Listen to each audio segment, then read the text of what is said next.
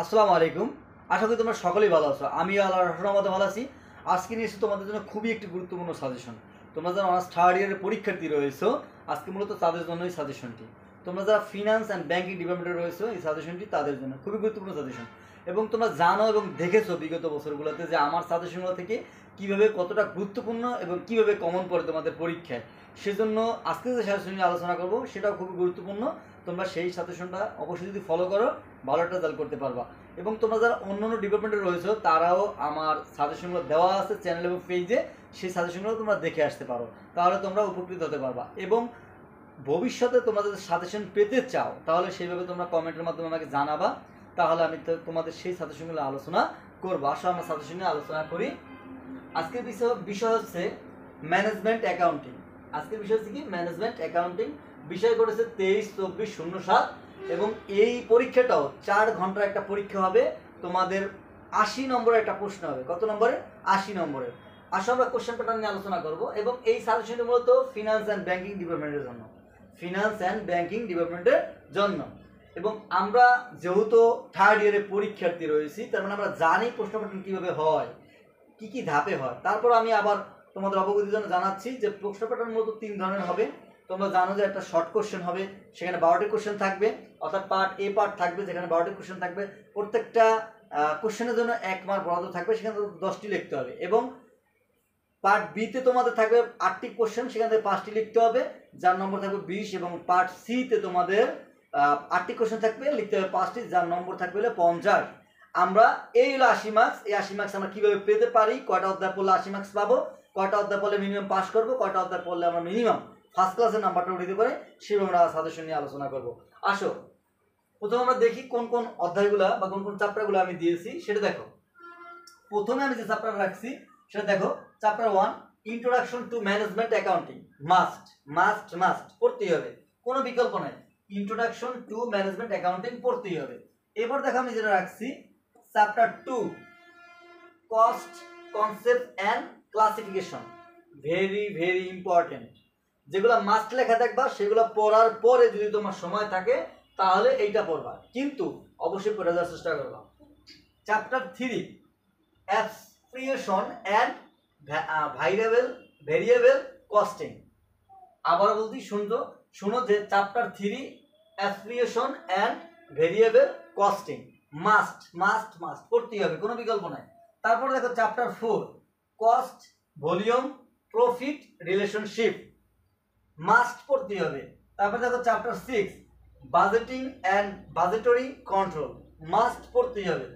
Chapter 7 flexible budget, flexible budget must পড়তে হবে। এখন এই 6টা অধ্যায় কারা পড়বে, মানে কোন শ্রেণীর স্টুডেন্টগুলো এই 6টা অধ্যায় পড়বে? কারণ আমরা গঠনমূলকভাবে, আমরা যারা মোটে প্রিপারেশন নিই নেই তারা পাস করার জন্য প্রিপারেশন নেবো, যারা মোটামুটি প্রিপারেশন নিয়েছে তারা ফার্স্ট ক্লাসের জন্য প্রিপারেশন নেবো, এবং যারা তার সাথে ভালো প্রিপারেশন নিয়েছে তারা আমরা এই যে 80 মার্কস তারই প্রিপারেশন নেব। সেটা কীভাবে নেওয়া যায়?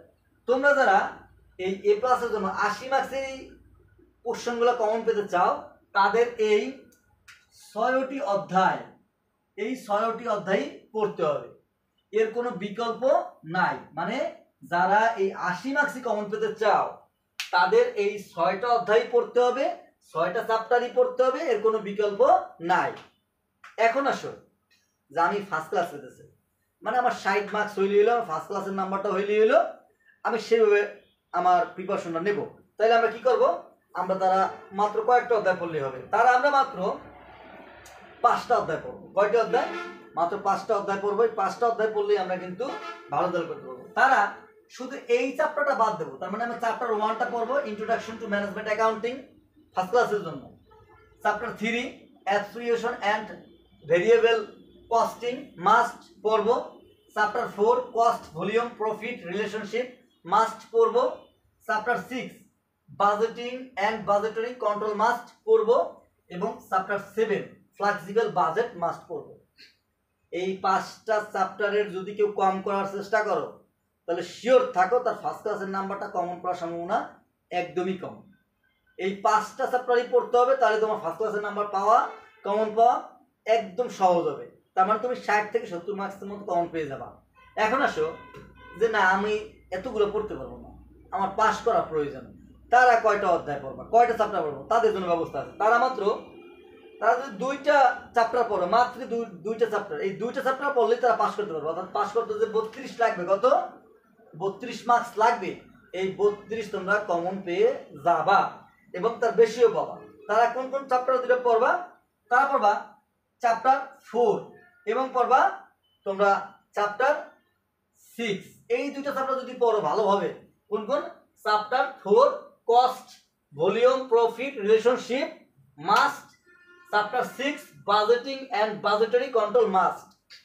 এই 2টা অধ্যায় বা এই 2টা চ্যাপ্টার যারা ভালোভাবে পড়ে হলে যাইতে পারবা, তারা শিওর থাকো পাস করার জন্য যে 32 মার্কস লাগে তা কমন পাবা। যদি না পাও তাহলে আমার জানাইও, ঠিক আছে?